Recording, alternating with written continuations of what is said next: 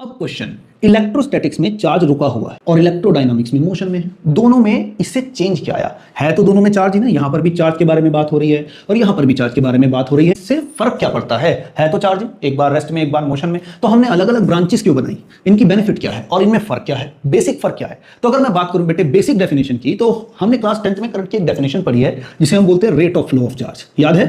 Rate of flow of charge is known as current. Do you remember that? हाँ, तो rate of flow of charge मतलब जब charge flow करता है, जब चार्ज मोशन करता है, एक पॉइंट से दूसरे पॉइंट पे जाता है, तब वो क्या प्रोड्यूस करता है? करंट प्रोड्यूस करता है। और जब चार्ज मोशन नहीं करता, जब फ्लो नहीं करता, तो कोई करंट जनरेट नहीं होता। कहने का मतलब है इलेक्ट्रोडायनामिक्स में चार्ज किसमें है? मोशन में। इसीलिए इलेक्ट्रोडायनामिक्स चैप्टर 3 को बोलते हैं जिसका नाम है करंट इलेक्ट्रिसिटी, क्योंकि जब यहां चार्ज मोशन परफॉर्म करेगा तो वो करंट बनाएगा, मतलब करंट की वैल्यू जीरो नहीं होगी। लेकिन यहां पे चार्ज कैसा है? रुका हुआ है, स्टैटिक कंडीशन में है, बिल्कुल रेस्ट में है। और जब चार्ज फ्लो नहीं करता, मोशन नहीं करता, तो नेट करंट कितना होता है बेटे? जीरो। इसीलिए चैप्टर 1 और चैप्टर 2 में जितना भी इलेक्ट्रोस्टैटिक्स में हम पढ़ेंगे फिजिक्स, वो सारे के सारे में करंट की वैल्यू हमेशा कितनी रहने वाली है? Zero. This is the major difference which you have to understand, this is the main point which you have to understand, and this is the main difference between electrostatics and electrodynamics. I think point समझ में आ गया होगा।